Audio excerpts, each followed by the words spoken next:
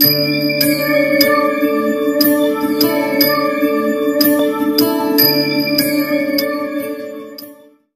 দর্শক বন্ধু, আমি শ্রী সুমন চন্দ্র আপনাদের সকলকে স্বাগত জানাই। আপনারা দেখছেন আপনাদের প্রিয় চ্যানেল স্পিচ অফ অ্যাস্ট্রোলজি।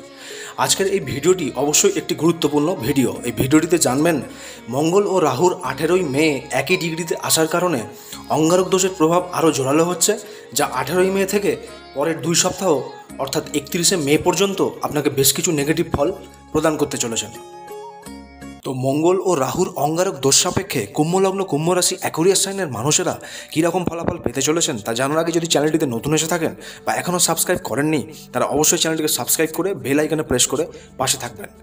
এই অঙ্গারক দোষটি আপনার দ্বিতীয় ভাব অর্থের স্থানে লাগতে চলেছে।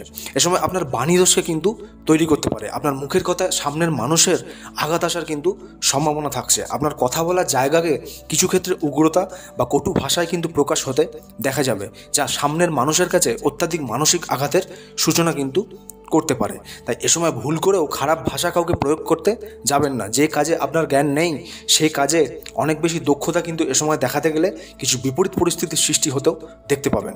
এ সময় আপনার ইএনটি সমস্যা কিন্তু বাড়তে দেখা যাবে বা মুখের কোনো রোগও কিন্তু হতে দেখা যাচ্ছে।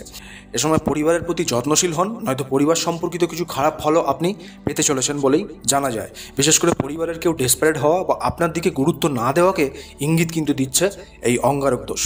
এ সময় অর্থনৈতিক লেনদেন বুঝে শুনেই কিন্তু করার চেষ্টা করবেন।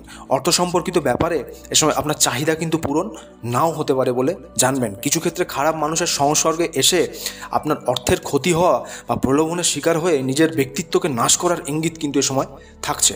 তবে অসামাজিক পথে এ সময় ধনলাভ করা থেকে বিরত থাকবেন। মাথায় রাখবেন, আপনার লাভের জন্য অন্য কোনো মানুষের যেন কোনো ক্ষতি না হয়ে যায়, তাহলে আপনার সৌভাগ্য শনি লগ্নপতি হয়ে লস করাবে বলেই জানবেন।